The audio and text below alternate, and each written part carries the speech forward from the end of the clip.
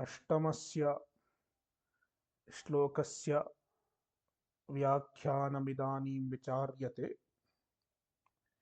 तानि च सूक्ष्माणि अपञ्चीकृतानि पञ्चमहाभूतानि अमूर्ताख्यानि कारणैक्यात् सत्वरजस्तमो गुणात्मकानि सत्त्वांशप्राधान्येन ज्ञानक्रियाशक्त्यात्मकम् एकं स्वच्छद्रव्यं चित्ररूपमिव मिलित्वा जनयन्ति।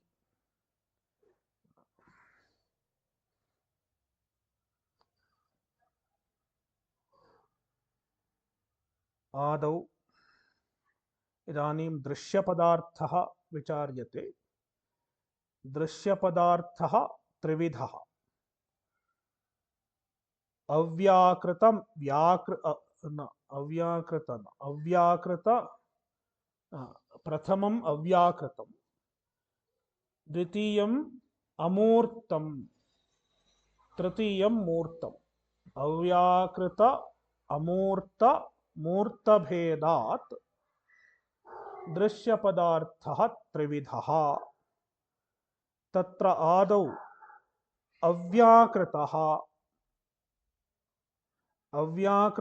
अव्याकृतपदार्थः कः इत्येतत् अस्माभिर्दृष्टम्।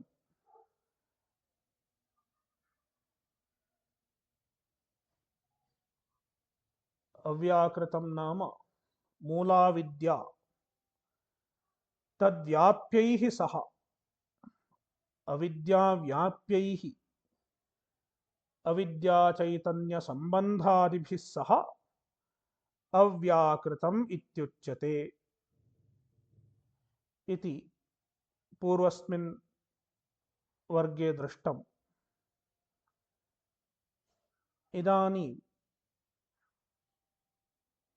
अमूर्तपदार्थः विचार्यते। अमूर्तपदार्थः इत्युक्ते सूक्ष्मपदार्थः इत्यभिप्रायः। सृष्टौ आदौ सूक्ष्मसृष्टिर्भवति, ततः परं स्थूलस्य प्रपञ्चस्य सृष्टिर्भवति।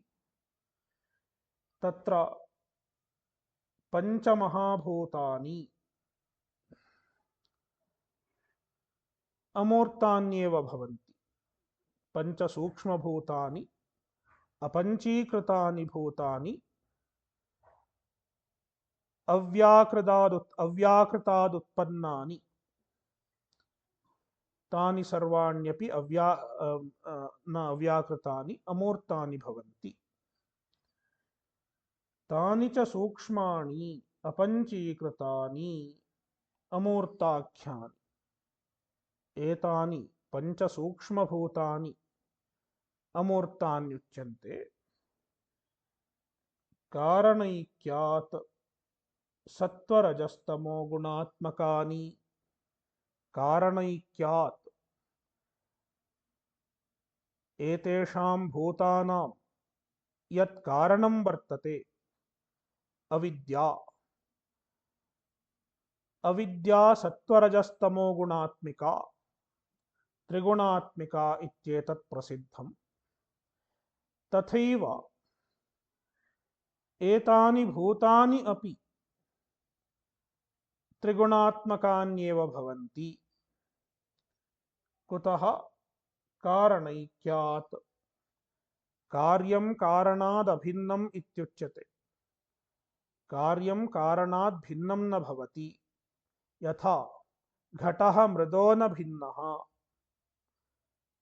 तथैव एतानि भूतान्यपि अव्याकृतात् भिन्नानि न भवन्ति। तस्मात् कारणस्य गुणाः एतेषु भूतेष्वप्यनुवर्तन्ते इति हेतोः सत्वरजस्तमो गुणात्मकानि भवन्ति। एतानि पञ्चभूतान्यपि सत्वरजस्तमो गुणात्मकानि भवन्ति। किन्तु तेषु भूतेषु यत् सत्त्वांशप्रधानं भवति, नाम भूतानां सत्त्वांशप्रधानः भागः, तस्मात् सूक्ष्मशरीरं भवति। सत्त्वांशप्राधान्येन ज्ञानक्रियाशक्त्यात्मकं, हाँ, पंचभिः पंचेभ्यः भूतेभ्यः मिलितेभ्यः लिंगशरीरम् उत्पद्यते इत्येतदिदानीम् अभिधीयते। तत् लिंगशरीरं ज्ञानक्रियाशक्त्यात्मकं भवति। तत्र ज्ञानशक्तिरप्यस्ति, क्रियाशक्तिरप्यस्ति। तत्र ज्ञानशक्तिः कथं भवितुमर्हति इति चेत् सत्त्वांशप्राधान्येन, यस्मात् तत्र सत्त्वांशस्य प्राधान्यं वर्तते, तस्मात् तत्र ज्ञानशक्तिर्वर्तते। सत्त्वात् संजायते ज्ञानम् इति भगवद्गीतावचनमस्ति खलु। तस्मात् सत्त्वांशप्राधान्येन ज्ञानक्रियाशक्त्यात्मकं। वस्तुतः सत्त्वांशप्राधान्यं तस्य ज्ञानशक्तौ एव हेतुर्भवति। तत्र ईषद्रजोंशोऽप्यस्ति, तस्मात् तत्र क्रियाशक्तिरपि अस्ति इति अवगन्तव्यम्। क्रियाशक्त्यात्मकत्वम् इत्यत्र हेतुः मूलेनोक्तः। तत्र ईषद्रजोंशोऽप्यस्ति, तस्मात् तत्र क्रियाशक्तिरपि अस्ति इत्येतदवगन्तव्यम्। ज्ञानक्रियाशक्त्यात्मकम् एकं द्रव्यम् उद्भवति। पंचभूतानि एकं द्रव्यं जनयन्ति। पंचभूतानि विलक्षणानि सन्ति।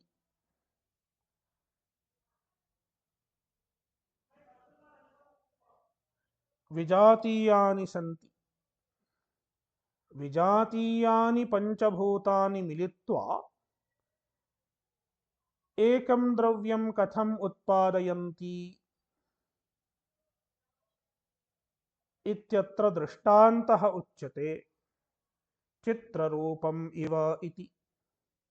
यथा नाना रूपाणि रक्तपीतहरितादीनि नानारूपाणि मिलित्वा एकं विजातीयं रूपं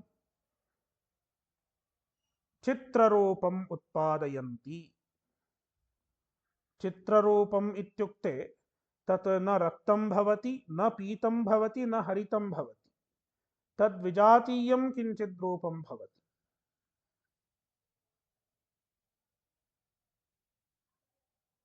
रक्तादीनि रूपाणि मिलित्वा विजातीयं चित्ररूपाख्यं किञ्चित् नूत्नं रूपं जनयन्ति। तथैव पंचभूतानि आकाशादीनि सूक्ष्माणि मिलित्वा एकं विजातीयं नूत्नं द्रव्यम् उत्पादयन्ति। तद्द्रव्यं स्वच्छद्रव्यमित्युच्यते। स्वच्छद्रव्यम् इत्युक्ते तत्र चित् प्रतिबिम्बस्य सामर्थ्यं वर्तते इत्यभिप्रायः। चैतन्यं तस्य प्रतिबिम्बति,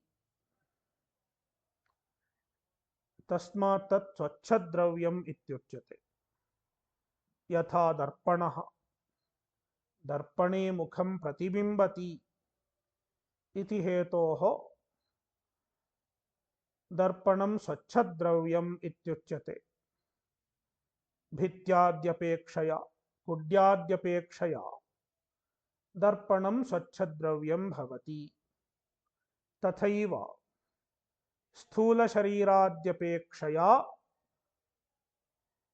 इदं लिङ्गशरीरं स्वच्छद्रव्यं भवति। जनयन्ति, एतानि पञ्चभूतानि जनयन्ति। जनयन्ति इत्यस्य कर्ता पञ्चभूतानि।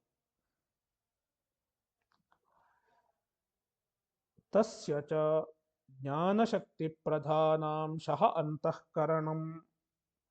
तस्य लिङ्गशरीरस्य सूक्ष्मशरीरम् एव लिङ्गशरीरम् इत्युच्यते। अत्र मूले तत् किम् इति नोक्तं, तत् पश्चादुच्यते। एकं स्वच्छद्रव्यम् उत्पादयन्ति इत्येतावन्मात्रमिदानीम् उक्तं। तस्य का संज्ञा इत्येतदत्र नोक्तं, किन्तु अस्माभिरवगन्तव्यं तत् लिङ्गशरीरमेव।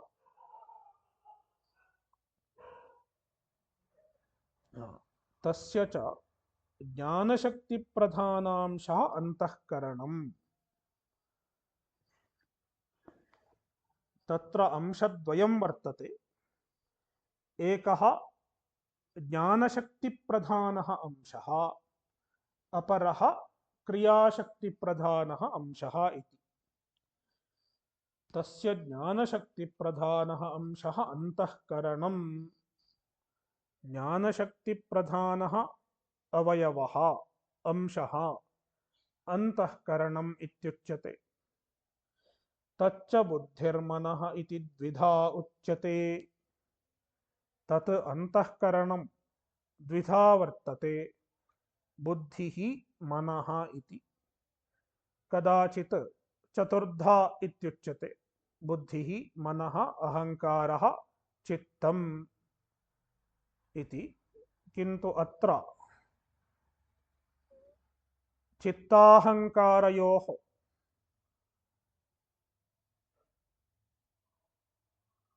अत्र अन्तर्भावः स्वीकृत्य अन्तर्भावं स्वीकृत्य एवमुक्तं वर्तते बुद्धिर्मनः इति। नाम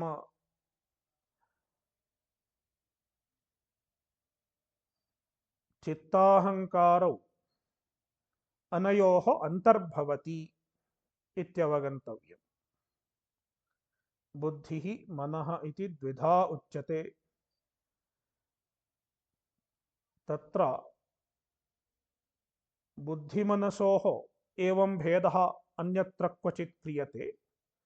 ज्ञानशक्तिप्रधानः अंशः बुद्धिः, इच्छाशक्तिप्रधानः अंशः मनः इति अन्यत्र क्वचिदनयोः भेदः क्रियते। यद्यपि अत्र ज्ञानशक्तिप्रधानः अंशः इत्येव उक्तं वर्तते, तस्माद् उभयोरपि ज्ञानशक्तिप्राधान्यम् अत्र अवगन्तव्यं भवति। तथापि अन्यत्र ज्ञानशक्तिप्रधानः अंशः बुद्धिः, इच्छाशक्तिप्रधानः अंशः मनः इति अनयोर्मध्ये भेदः क्वचित् क्रियते। क्रियाशक्तिप्रधानांशः प्राणः। प्राणः क्रियाशक्तिप्रधानः अंशः। अयं द्वितीयः अंशः। प्रथमः अंशः अन्तःकरणं, सः ज्ञानशक्तिप्रधानः। तत्रैव बुद्धिः मनः इति अवान्तरभेदः। द्वितीयः अंशः प्राणः सः क्रियाशक्तिप्रधानः स च पञ्चधा अयं प्राणः पञ्चधा भवति प्राणः अपानः व्यानः उदानः समानः इति पञ्चप्राणाः तत्र प्राणः नाम किम् इति एतदपि वक्तुं शक्यते अत्र अन्यत्र विस्तरो वर्तते अत्र विस्तरेण नोक्तं यथा वेदान्तसारे प्राणो नाम प्राग्गमनवान् नासाग्रस्थानवर्ती अपानो नाम अवाग्गमनवान् पाय्वादिस्थानवर्ती उदानो नाम कंठस्थानीय ऊर्ध्वगमनवान् उत्क्रमणवायुः समानो नाम शरीरमध्यगतः अन्नपानादिसमीकरणकरः व्यानो नाम विश्वगमनवान् अखिलशरीरवर्ती इति एतेषां प्राणानां लक्षणं तत्रोक्तं वर्तते लक्षणं च तेषां स्थानं च तत्र उक्तं वर्तते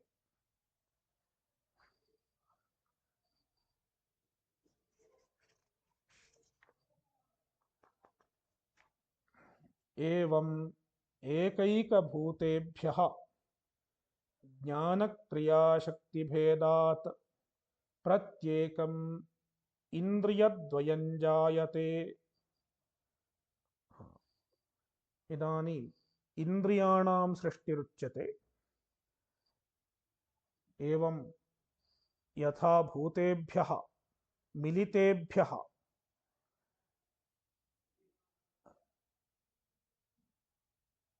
एकं द्रव्यम् उत्पन्नं सः लिङ्गशरीरस्य मुख्यो भागः किन्तु लिङ्गशरीरस्य अन्येपि अवयवाः वर्तन्ते इन्द्रियाणि इति तेषाम् उत्पत्तिरिदानीमुच्यते एकैकभूतेभ्यः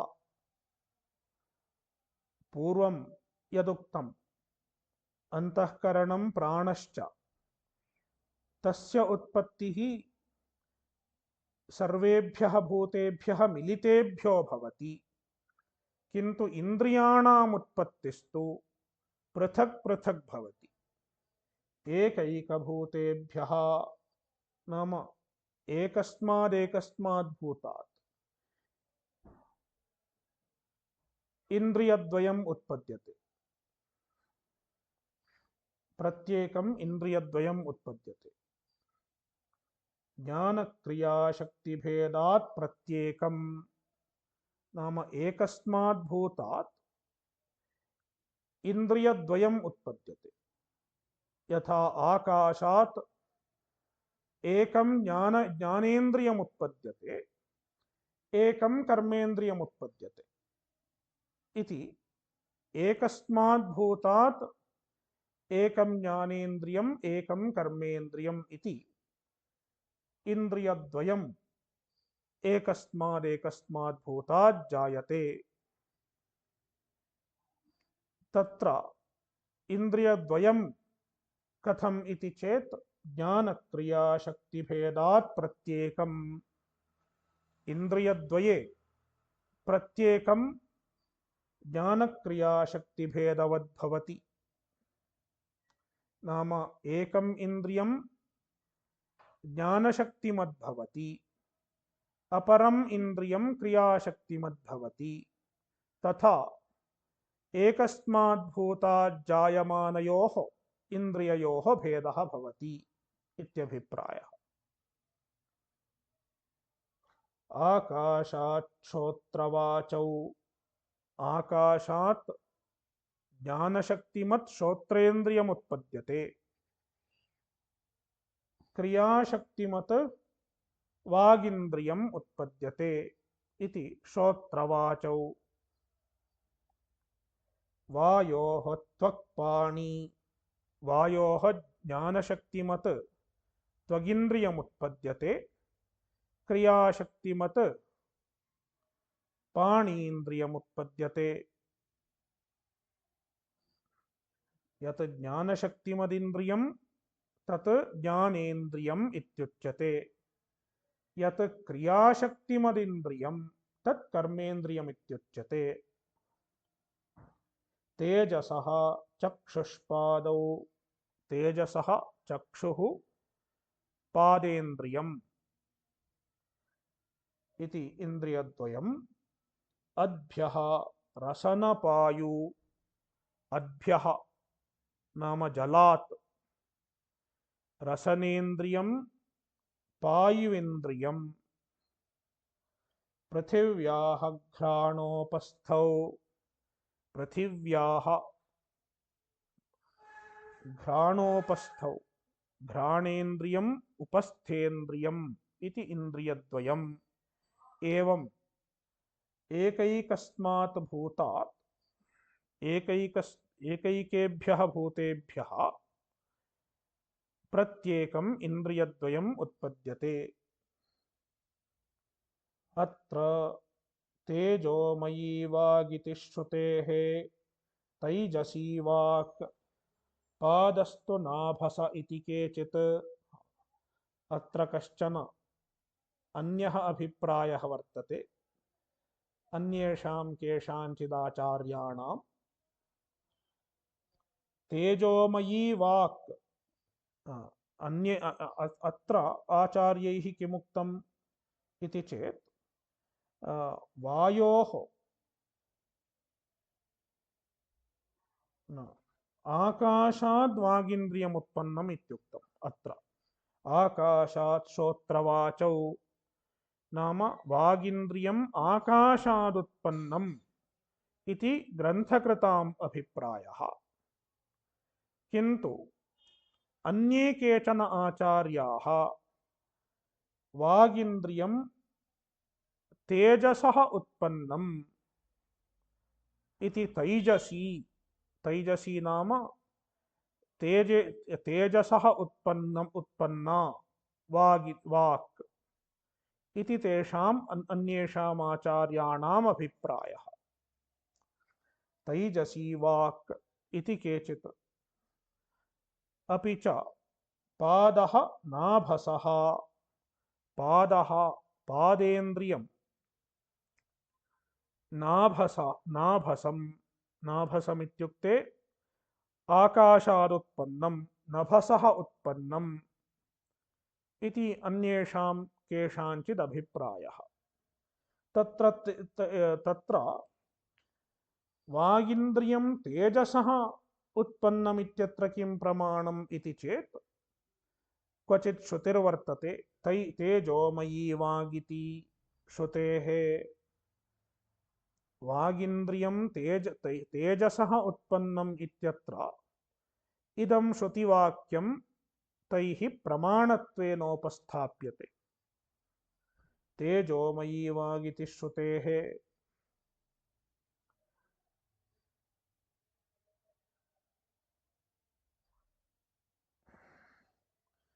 किन्तु इदानीम् आचार्याः ग्रन्थकृतः स्वीयम् अभिप्रायं समर्थयन्ति तेषाम् अभिप्रायः न साधीयान् ग्रन्थकृताम् अभिप्रायः एव साधीयान् इत्यत्र इति ग्रन्थकृतः प्रदर्शयन्ति शब्दव्यञ्जक इन्द्रियत्वेन श्रोत्रवत् वाचो नाभसत्वं वाचः तैजसत्वं न सम्यक् वाचः नाभसत्वं नाम आकाशकार्यत्वम् एव सम्यक् इति ग्रन्थकृतः वदन्ति तत्र कारणं किं तत्र हेतुः कः इति चेत् शब्दव्यञ्जकेन्द्रियत्वेन श्रोत्रं नाभसम् इति सर्वैरङ्गीक्रियते। श्रोत्रेन्द्रियं नाभसम् इति सर्वैरङ्गीक्रियते। कुतः श्रोत्रेन्द्रियस्य नाभसत्वम् इति चेत्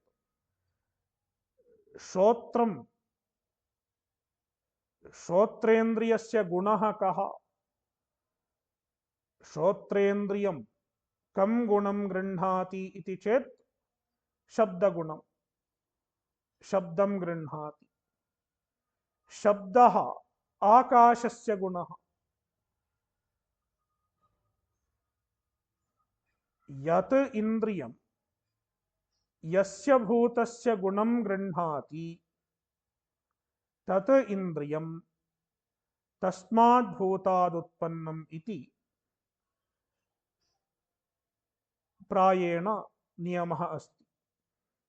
तस्मात् श्रोत्रेन्द्रियम् आकाशादुत्पन्नम् इत्येतत् सर्वैः अङ्गीक्रियते। तथैव वाचः अपि शब्दाभिव्यञ्जकत्वात् तस्य आकाशगुणस्य अभिव्यञ्जकत्वं वर्तते इति कृत्वा वाचः अपि नाभसत्वं श्रोत्रेन्द्रियवत् नाभसत्वं युक्तम् इत्याचार्याणां मतम्। शब्दव्यञ्जक इन्द्रियत्वेन श्रोत्रवत् यथा श्रोत्रेन्द्रियं शब्द संबद्धत्वात् शब्दगुणसंबद्धत्वात् आकाशादुत्पन्नम् इत्युच्यते।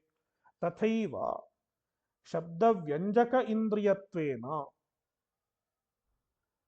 शब्दसंबद्धत्वात् आकाशगुणसंबद्धत्वात् वाचः अपि नाभसत्वं युक्तम्।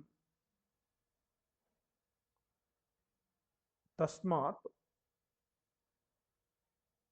वाचः तेजोमयत्वम् अस्माभिर्न स्वीक्रियते इत्याचार्याः स्वीयं मतम् उपस्थापयन्ति।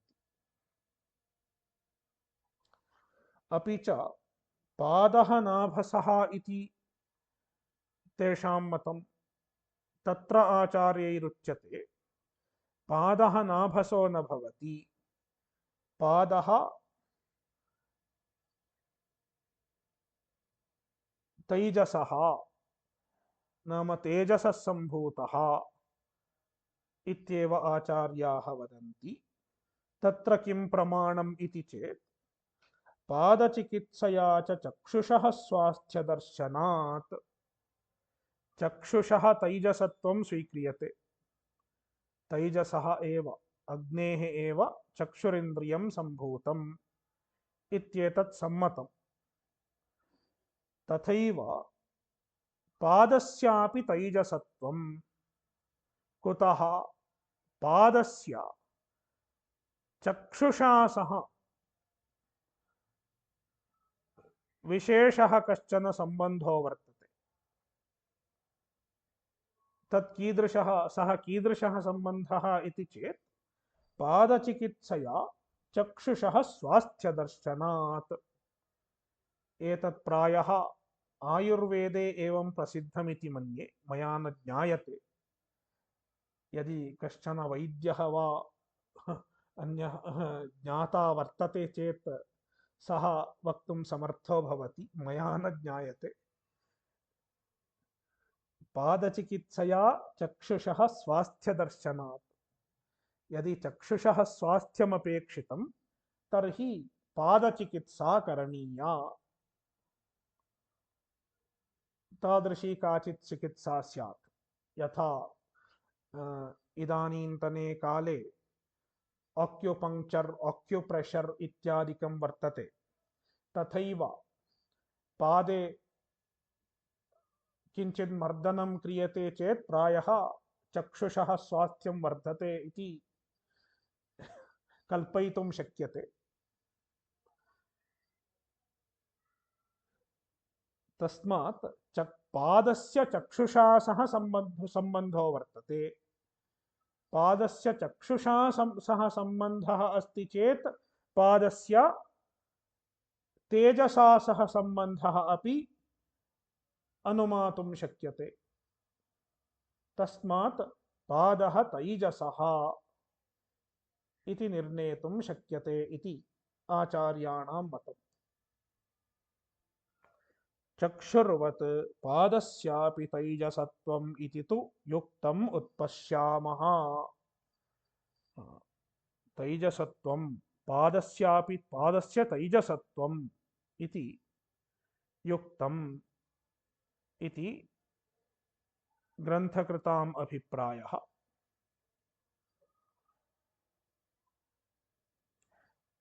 यदि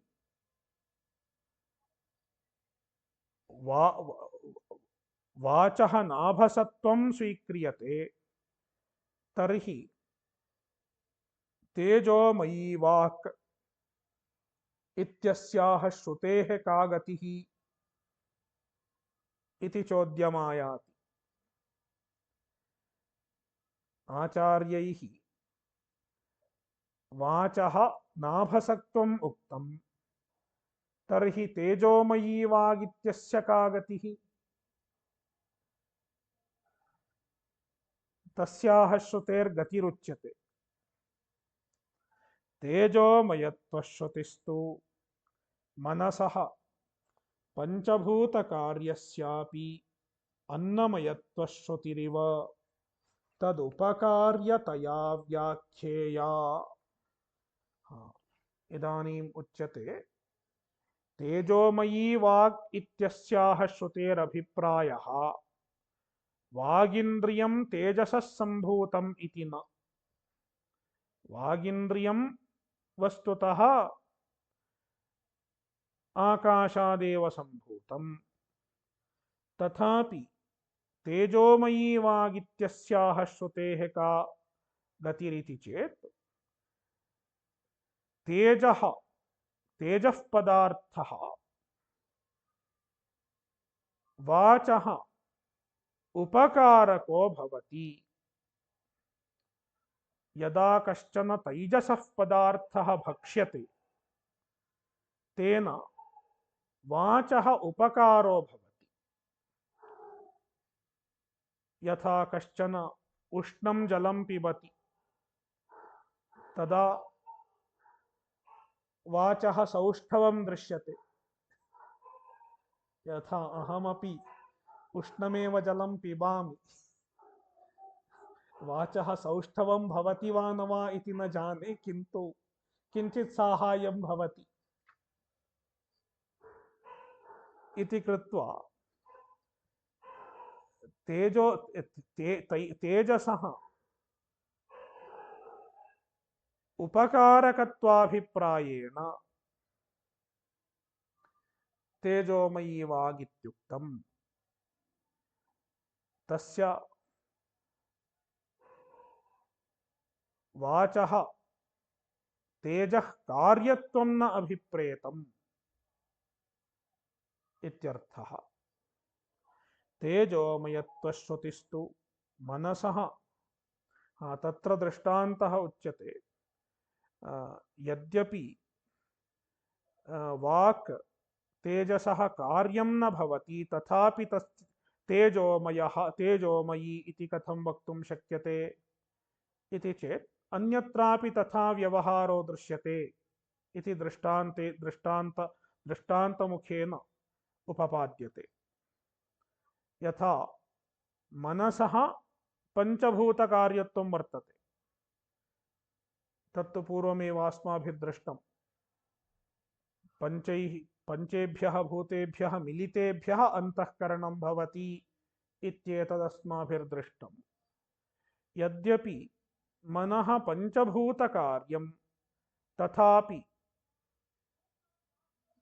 अन्नमयं हि सौम्य मनः इति श्रुतिर्वर्तते। अन्नमयं हि सौम्य मनः, तस्याः श्रुतेः का अभिप्रायः इति चेत् अन्नं मनसः उपकरोति इत्येव तस्याः श्रुतेरभिप्रायः। यदि अन्नम् अद्यते तर्हि मनः सम्यक् कार्यं कर्तुं शक्नोति, अन्नं नाद्यते चेत् मनः कार्यक्षमं न भवति इत्येव तस्याः श्रुतेरभिप्रायः। तथैव तेजोमयी वागित्यस्याः श्रुतेरपि तेजसः वागुपकारकत्वम् एव अभिप्रायः। यथा मनसः पंचभूतकार्यस्यापि अन्नमयत्वश्रुतिः, मनः पंचभूतकार्यं तथापि क्वचित् मनसः अन्नमयत्वं श्रूयते। अन्नमयं हि सौम्य मनः इति छान्दोग्ये तथैव अत्रापि तदुपकार्यतया, उपकार्यं किं? वागिन्द्रियम् उपकार्यं, तेजः उपकारकम्। वागिन्द्रियस्य उपकार्यताभिप्रायेण, नाम वागिन्द्रियम् उपकार्यम् इत्यभिप्रायेण, तेजसः उपकार्यं वागिन्द्रियम् इत्यभिप्रायेण व्याख्येया इयं श्रुतिः व्याख्येया। तेजोमयी वागिति श्रुतिः उपकार्यताभिप्रायेण व्याख्येया। नाम तेजोमयी वागित्युक्ते तेजसः उपकार्यं वाक् इति तस्य अभिप्रायः। तेजसः उपकार्या तेजोमयी, न तो तेजसः कार्या तेजोमयी। तत्र मयट् प्रत्ययः क्वचित् प्रायः सर्वत्र मयट् प्रत्ययः विकारार्थे प्रयुज्यते। तेजसः कार्या तेजोमयी, तेजसः कार्या तेजोमयी इति वक्तुं शक्यते। किन्तु अत्र कार्यत्वाभिप्रायेण श्रुतिर्व्याख्यातुं न शक्या। किन्तु तेजसः उपकार्या तेजोमयी इति मयट् प्रत्ययस्य उपकार्यता अर्थः।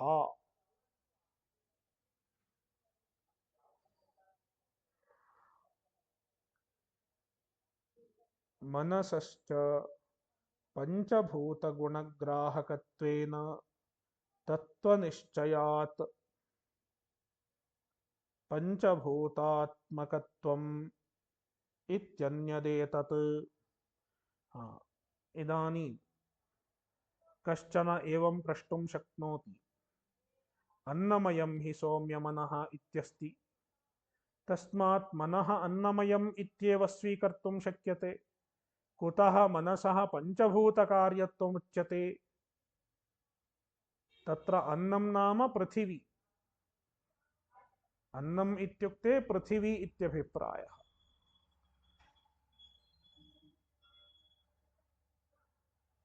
अन्नमयं हि सौम्य मनः इति श्रुत्यनुसारेण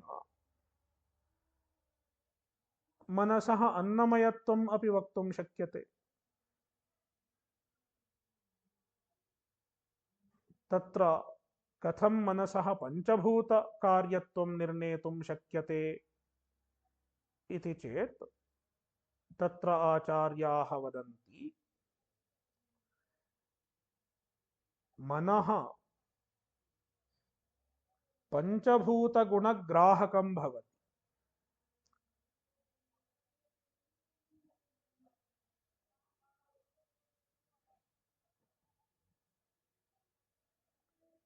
एकैकम् इन्द्रियम् एकैकस्य भूतस्य गुणस्य ग्राहकं भवति। यथा चक्षुरिन्द्रियं वह्नेः गुणस्य रूपस्य ग्राहकं भवति। श्रोत्रेन्द्रियम् आकाशस्य गुणस्य शब्दस्य ग्राहकं भवति। एवं यद्यदिन्द्रियं यस्य गुणस्य ग्राहकं भवति तदिन्द्रियं तस्मात् भूतादुत्पन्नम् इति नियमः। तथा सति मनः सर्वेषां भूतानां गुणस्य ग्राहकं भवति।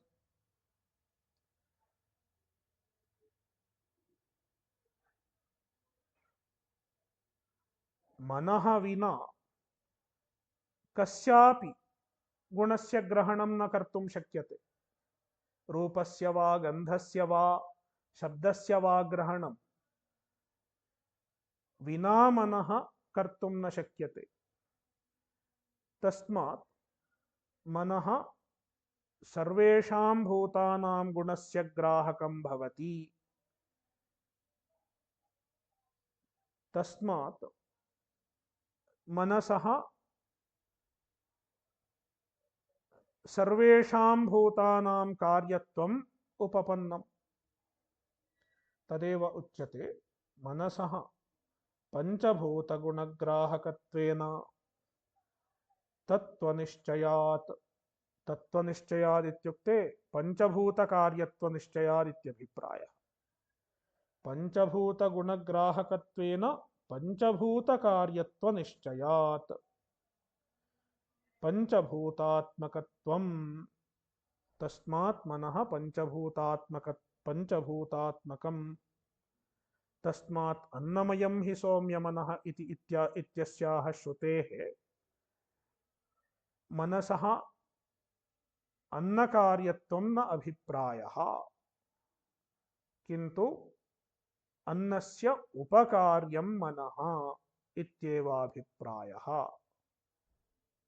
इत्यन्यदेतत्।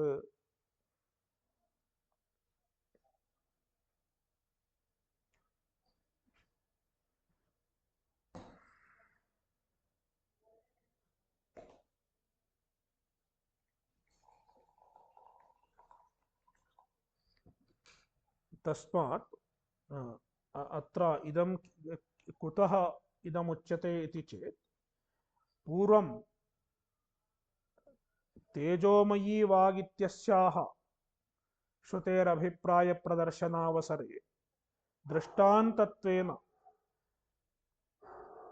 मनसः अन्नमयत्वश्रुतेः गतिरुक्ता। सः दृष्टान्तः अनेन वाक्येन समर्थ्यते। सः दृष्टान्तः उपपन्नः इत्येतत् अत्र प्रदर्शितं भवति।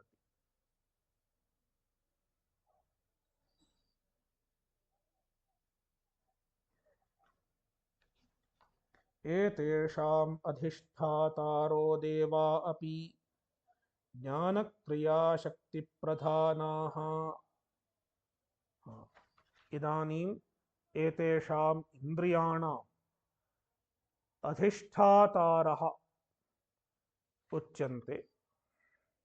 अधिष्ठातारः देवाः।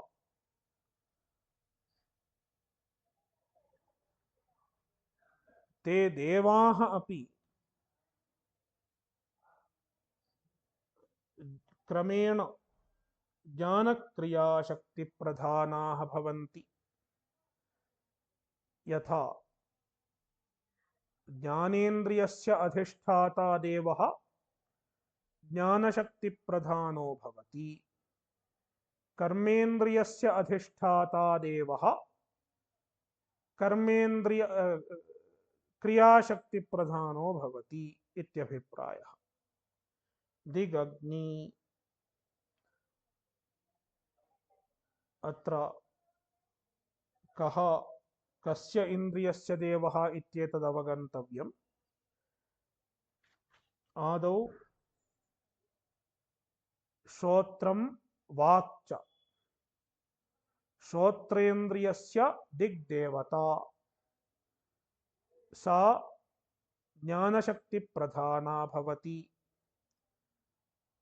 वाचः वह्निः देवता, अग्निः देवता, सा क्रियाशक्तिप्रधाना भवति। वातेन्द्रौ त्वचो वातः नाम वायुर्देवता ज्ञानशक्तिप्रधाना भवति। पाणीन्द्रियस्य पाणेः इन्द्रो देवता क्रियाशक्तिप्रधानो भवति। आदित्यविष्णु चक्षुषः आदित्यो देवता ज्ञानशक्तिप्रधानः। पादयोः पादेन्द्रियस्य विष्णुः देवता क्रियाशक्तिप्रधाना। वरुणमित्रौ रसनेन्द्रियस्य वरुणो देवता ज्ञानशक्तिप्रधाना। पायुविन्द्रियस्य मित्रः देवता भवति क्रियाशक्तिप्रधाना। अश्वि प्रजापति घ्राणस्य अश्विनौ घ्राणेन्द्रियस्य देवता भवति देवते भवतः। अश्विनौ द्विवचनं वर्तते। अश्विनौ घ्राणेन्द्रियस्य देवते भवतः ज्ञानशक्तिप्रधाने। प्रजापतिः उपस्थेन्द्रियस्य देवता क्रियाशक्तिप्रधाना। एवं विवेकः। तत्र ज्ञानशक्तिसमष्टिरन्तःकरणम् अंतःकरणं ज्ञानशक्तिसमष्टिः इत्युच्यते।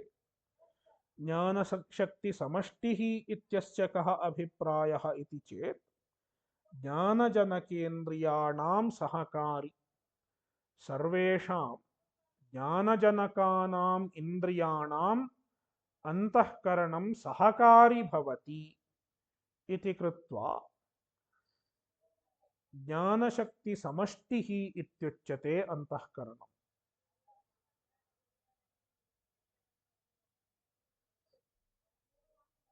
क्रियाशक्तिसमष्टिः प्राणः प्राणः क्रियाशक्तिसमष्टिः इत्युक्ते कर्मेन्द्रियाणां सहकारी सर्वेषां कर्मेन्द्रियाणां सहकारी भवति प्राणः।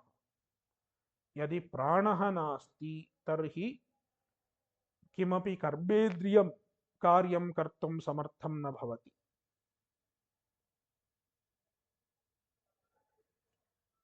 शब्दस्पर्शरूपरसगन्धग्राहकाणि श्रोत्रत्वक्चक्षुरसनघ्राणाख्यानि पञ्चज्ञानेन्द्रियाणि।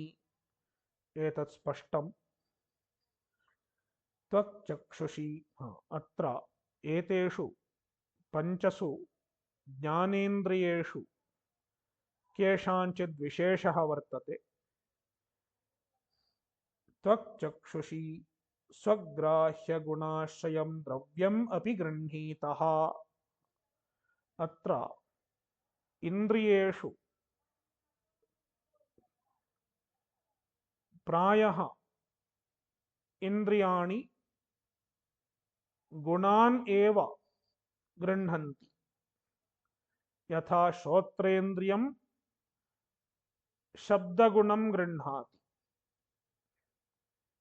श्रोत्रेन्द्रियं शब्दगुणस्य आश्रयभूतम् आकाशं गृह्णाति वा इति चेत् न गृह्णाति। नाम गुणस्य आश्रयभूतं द्रव्यं श्रोत्रेन्द्रियस्य विषयो न भवति। केवलः गुणः एव श्रोत्रेन्द्रियस्य विषयो भवति। किन्तु तत्र त्वगिन्द्रियस्य चक्षुरिन्द्रियस्य च विशेषो वर्तते। त्वक्चक्षुषि स्वग्राह्यगुणाश्रयं द्रव्यम् अपि गृह्णीतः।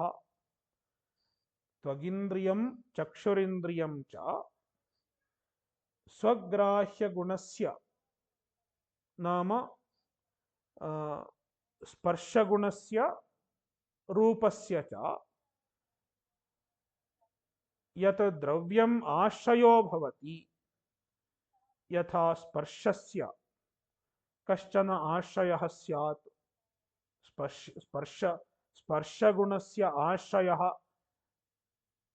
किञ्चित् द्रव्यं स्यात्, यथा पटः पटः मया यदा स्पर्शः क्रियते तदा तस्य आश्रयः पटः, अयं पटः इति मया ज्ञातुं शक्यते। अयं पटः शीतस्पर्शवान्, इदम् उदकं शीतस्पर्शवत्, इदम् उदकम् उष्णस्पर्शवत् इति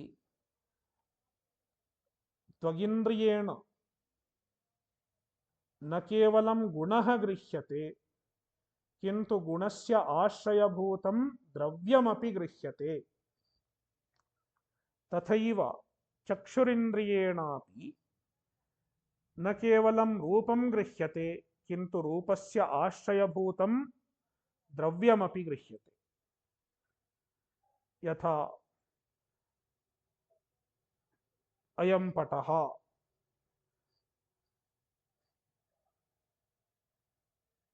पटस्य रूपं किं? रक्तवर्णः। अयं रक्तः पटः, अयं पीतः पटः इति गुणेन सह गुणस्य आश्रयभूतं द्रव्यम् अपि चक्षुरिन्द्रियेण गृह्यते। किन्तु अन्यैः इन्द्रियैः तथा न गृह्यते, केवलः गुणः एव ग्रहीतुं शक्यते। यथा श्रोत्रेन्द्रियेण आकाशस्य गुणः एव गृह्यते, शब्दः एव गृह्यते, न तु आकाशः। तथैव घ्राणेन्द्रियेण गन्धः एव गृह्यते, न तु गन्धस्य आश्रयः। मया कश्चन गन्धः अनुभूयते इत्येव ग्रहीतुं शक्यते, किन्तु गन्धस्य आश्रयः कः? पुष्पं वा किञ्चित् अन्यद्वा इति ग्रहीतुं न शक्यते।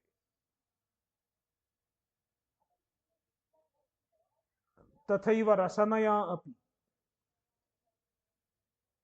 रसः ग्रहीतुं शक्यते, रसस्य आश्रयः कः? तन्न ग्रहीतुं शक्यते। श्रोत्रम् अपि चक्षुर्वद्गत्वा शब्दग्राहकं दूरे शब्द इति प्रत्ययात्। इदानीं कानिचन इन्द्रियाणि बहिर्देशं न गच्छन्ति, स्वस्य गोलके स्थित्वा एव स्वविषयं गृह्णन्ति। यथा रसनेन्द्रियं, कस्यचिद् वस्तुनः रसः ग्रहीतव्यश्चेत् रसनेन्द्रियं बहिः गत्वा दूरे स्थितं रसं ग्रहीतुं न शक्नोति। यदा तद्वस्तु मुखे आगत्य रसनां स्पृशति तदा एव तस्य रसः कः इत्येतत् ज्ञातुं शक्यते। इत्युक्ते रसनेन्द्रियं बहिर्देशं गत्वा स्वीयं विषयं न गृह्णाति। तथैव घ्राणेन्द्रियम् अपि दूरे गत्वा विषयं न गृह्णाति, अत्रैव स्थित्वा गृह्णाति। यदि कश्चित् गन्धः दूरे वर्तते तर्हि सः गन्धः अस्ति वा न वा इति ज्ञातुं न शक्यते। यदा नासिकायाः समीपे नीयते किञ्चित् वस्तु तदैव घ्रातुं शक्यते। तथैव त्वगिन्द्रियस्यापि यदि कश्चन विषयः त्वचा स्पृश्यते तदा एव तस्य स्पर्शः ज्ञातुं शक्यते। उष्णं वा शीतं वा इति ज्ञातुं शक्यते। एवम् एतेषां त्रयाणाम् इन्द्रियाणां बहिर्देशगमनं नास्ति। रसनेन्द्रियस्य, घ्राणेन्द्रियस्य, त्वगिन्द्रियस्य च बहिर्देशगमनं नास्ति। स्वीये गोलके स्थित्वा एव स्वीयं विषयं गृह्णन्ति एतानि त्रीणि इन्द्रियाणि। किन्तु चक्षुरिन्द्रियं गोलके स्थित्वा एव विषयं न गृह्णाति। चक्षुरिन्द्रियं बहिः गत्वा विषयं गृह्णाति। तस्मात् चक्षुः अत्रैव वर्तते, नाम गोलकम् अत्रैव वर्तते, किन्तु दूरे स्थितः चन्द्रः अपि चक्षुरिन्द्रियेण गृह्यते। कथं? चक्षुरिन्द्रियं दूरदेशं गच्छति, सुदूरं गत्वा दूरे स्थितं कञ्चित् विषयं स्पृष्ट्वा प्रत्यागच्छति इति कल्प्यते। नाम चक्षुरिन्द्रियं गोलकात् बहिर्गत्वा विषयं स्पृशति, विषयं गृह्णाति इत्यवगन्तुं शक्यते। एतत्तु नैयायिकादिभिरपि स्वीक्रियते, किन्तु न्यायनये श्रोत्रेन्द्रियं बहिः न गच्छति इति नैयायिकाः वदन्ति। चक्षुरिन्द्रियं बहिर्गच्छति, किन्तु श्रोत्रेन्द्रियं बहिर्न गच्छति। श्रोत्रेन्द्रियं नाम तेषां मते कर्णषष्कुल्यवच्छिन्नं नभः। कर्णषष्कुल्यवच्छिन्नः आकाशः एव श्रोत्रेन्द्रियम्। अस्माकं कर्णसम्पुटे यः आकाशो वर्तते सः आकाशः एव तेषां मते श्रोत्रेन्द्रियम्। आकाशस्य गमनागमनेन भवतः, तस्मात् श्रोत्रेन्द्रियं बहिः गन्तुं समर्थं न भवति। तस्मात् शब्दस्य ग्रहणं कथं भवति? तेषां मते